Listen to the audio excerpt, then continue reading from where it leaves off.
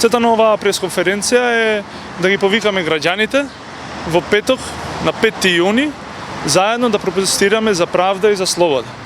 Протестот ќе започне во 18 часот во пристапот кон владата од страна булевардот Климент Охридски. Оттаму ќе продолжиме низ другите места во градот. Целта е да почнеме од веќе освоените простории кон нови територии и да ги ослободуваме. На 5 мај 2015 година започна самоорганизиран спонтан народен бунт на незадоволство против власта на Никола Груевски.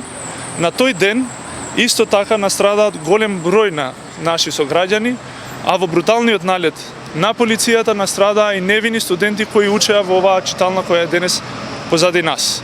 И самиот тој инцидент, кој до ден денеска е се уште нерасчистен, покажува дека оваа власт е непресметлива, на оваа власт не интересира правдата, затоа ние сметаме дека нашиот глас, нашиот револт, несогласување и бунт мора да продолжи и во деновите понатака. Од тука мора исто така да кажеме дека политичката криза во Македонија не е резултат на конфликт помеѓу две политички партии, туку таа е резултат на народното несогласување, на несогласувањето на граѓаните со криминалната клика на власт, со корумпираниот политички систем, кој придонесе за голем број на граѓани да бидат обесправени, да бидат наштетени и да се чувствуваат загрозени во својата сопствена држава. Од таму ги повикуваме сите други граѓански групи, активисти, новинари, работници, студенти, пензионери, да се приклучат и заедно да продолжиме да го градиме масовното народно движење кое бара демократија и спроведување на институционална демократизација во Македонија. Тој процес не може никогаш да биде работа на преговори помеѓу политички партии, туку тој процес мора да биде транспарентен во кој граѓаните ќе добијат чувство на пристап и ќе сватат дека нивниот глас е слушнат и дека Македонија ќе почне да функционира како нормална демократска држава. Се додека тоа чувство не се роди кај граѓаните, ние константно ќе продолжиме во различни форми да укажување на неправдата и продолжениот корумпиран начин на владење на оваа власт. Рековте дека преку протестите ќе се имате нови територии, на кој начин се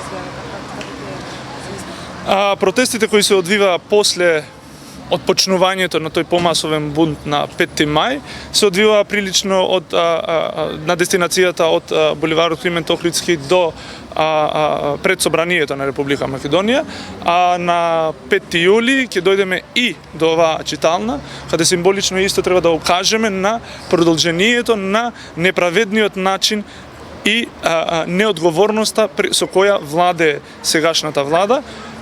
Од тука пак ќе продолжиме да се движиме низ други простории низ градот со цел да им овозможиме на другите сограѓани да се приклучат и исто така да ги охрабриме во новиот глас кој бара нова визија за Македонија.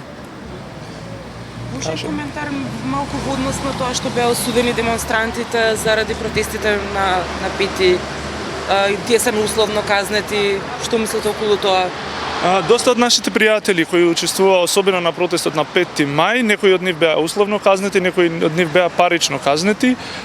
Ние сметаме дека целосната постапка која се одвиваше од сегашниот суд е еднострана, токму поради фактот што од многуте докази сега, не само од овој случај, туку и од други е покажано дека судството во Македонија функционира еднострано и под налози.